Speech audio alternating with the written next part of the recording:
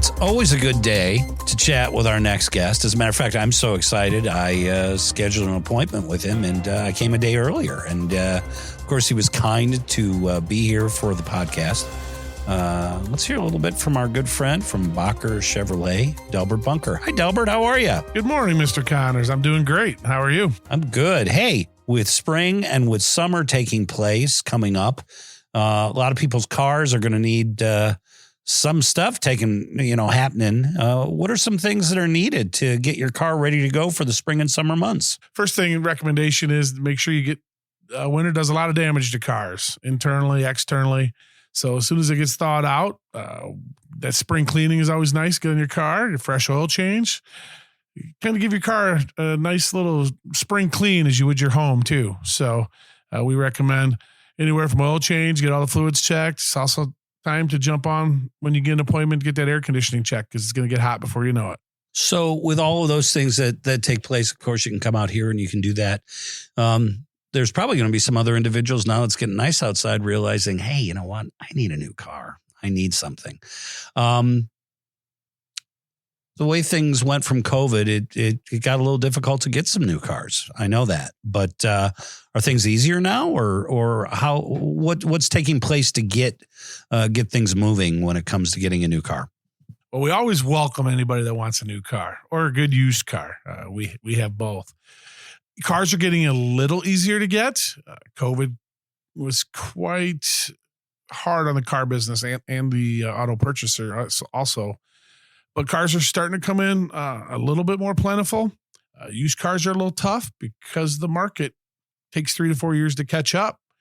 When they sell you the less used cars 5 or 6 years ago, obviously there's not as many cars to be traded in. So it takes a toll on the market. So we're trying to recover from that, but in 4 or 5 years, it takes a little longer than that.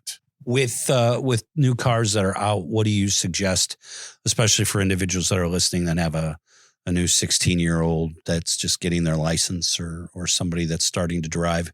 What do you suggest to an individual when it comes to getting a car for their family? Well, I would always try to include knowing that you have a 16 or a 17-year-old in their first car.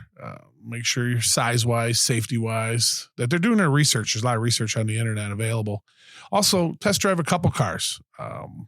If we were looking new, we'd probably point a customer in the all-new Chevy Trax. It's a wonderful car at a very economical price. But good quality used cars, especially in Freeport, there's a lot of local trade-ins from a lot of with a good pedigree. So we pretty much will let a customer direct us in which way they're looking and which way they want to budget. There's cars for all budgets. So I noticed on my car a couple days ago that it has a nice old dent. I don't know where it came from. You guys can deal with that, can't you? Yeah. Dents, deer hits, icy roads, hail, as we all experienced last week. Yeah, the Bocker Collision Center, we work on all makes and models. We have loaner cars available, flexible estimating and no charge for the estimate. And so Gretchen and Jen would be happy to help you with any of your needs. We know nobody wants to come see a body shop. So we understand that. So we try to kid glove it as much as we possibly can. Always one of the delays in body shops is obviously the parts delay that we're seeing, across the nation, across the industry. Parts are not near as plentiful as they used to be. So there's a little bit of a delay in parts. And it's just not in this industry. We're seeing it in other industries also. With this business, which you run so well and so many individuals come by here and do so many great things, you have another business in this town that's doing great things also. How are our friends at Beef-a-Roo doing? How's Beef-a-Roo? Beef-a-Roo's doing great. We hired a new general manager, Jessica, and she's doing a fantastic job.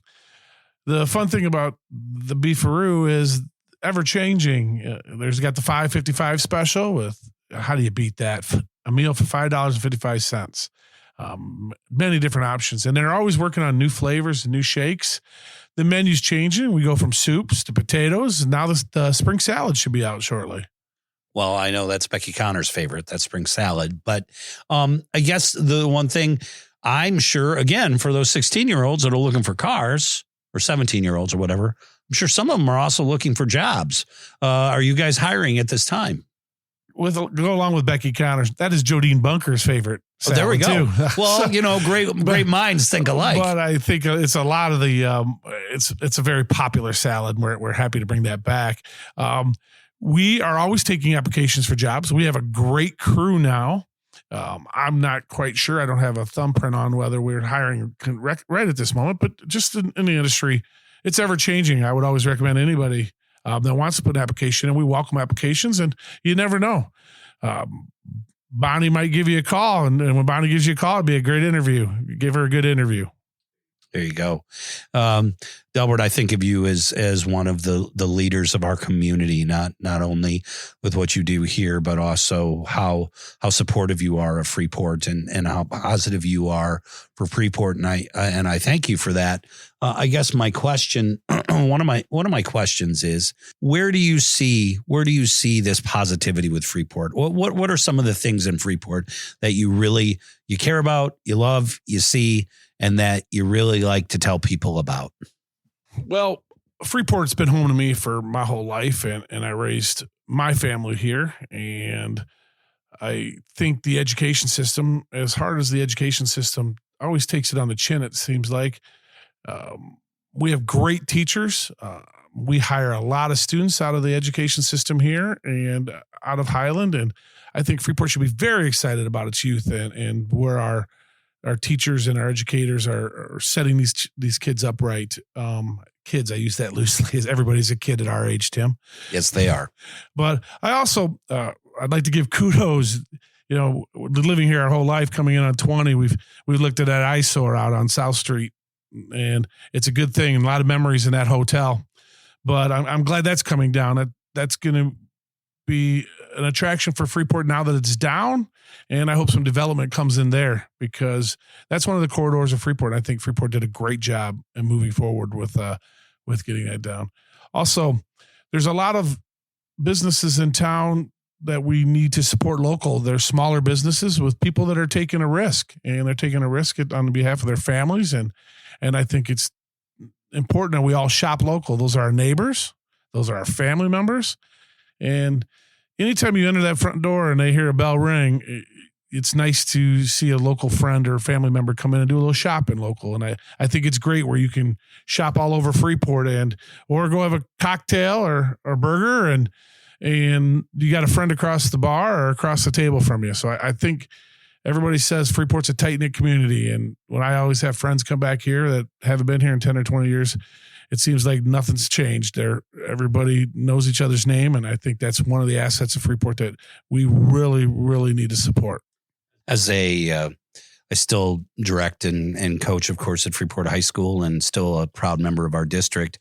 I remember my last few years before retirement, I had a senior seminar class, and we came out here and did a really great tour that you gave, and we went down to your different areas, and it was so cool. The next year I come out here for an oil change, and one of the kids that was in the senior seminar class goes, "Yeah, I got hired here. I work here."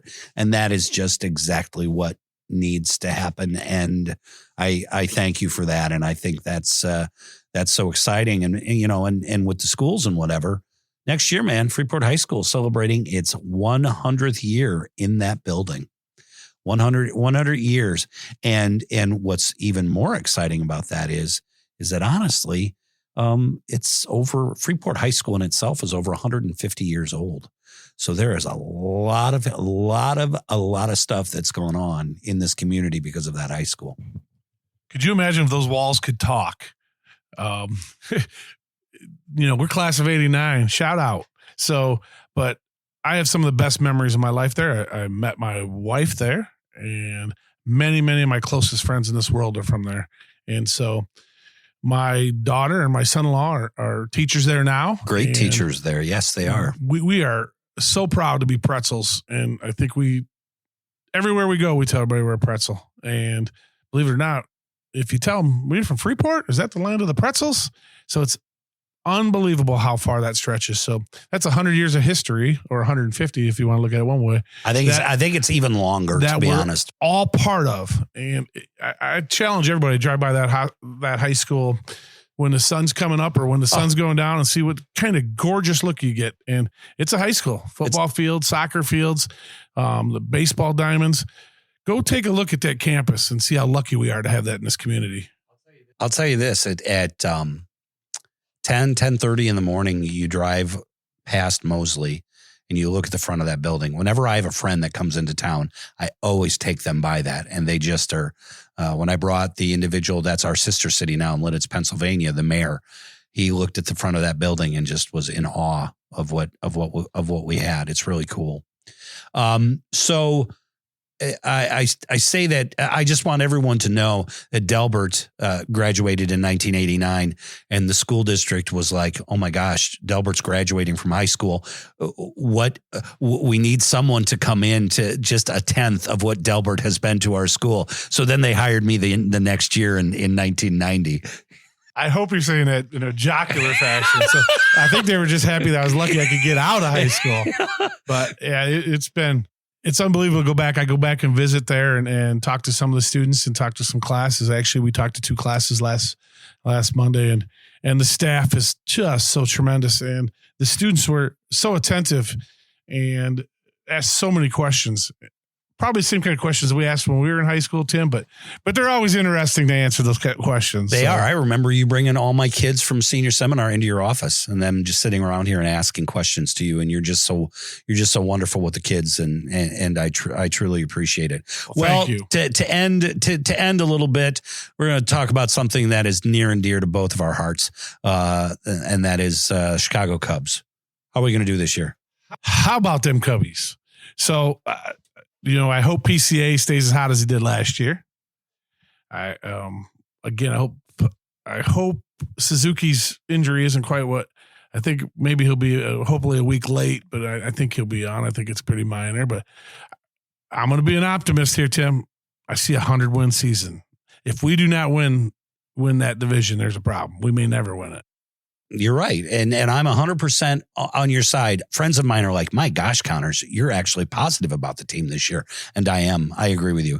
I think 98, 100 wins. Come on, man. There's nobody in that division that should beat us. Nobody.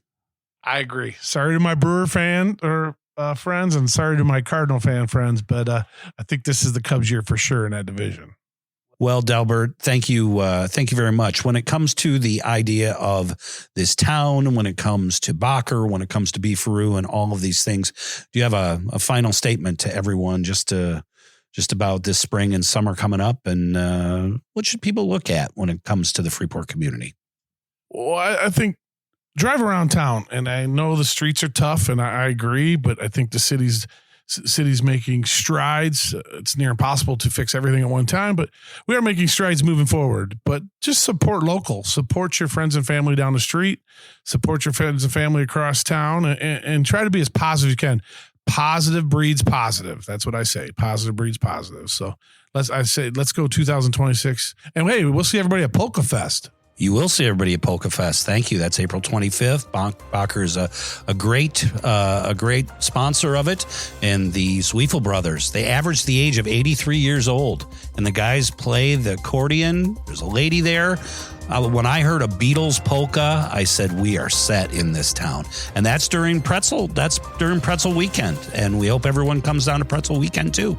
Amazing. And thanks for putting that on, Tim. Sure. All right. That is Delbert Bunker. He's our friend. We love hearing from Delbert. This has been Freepod.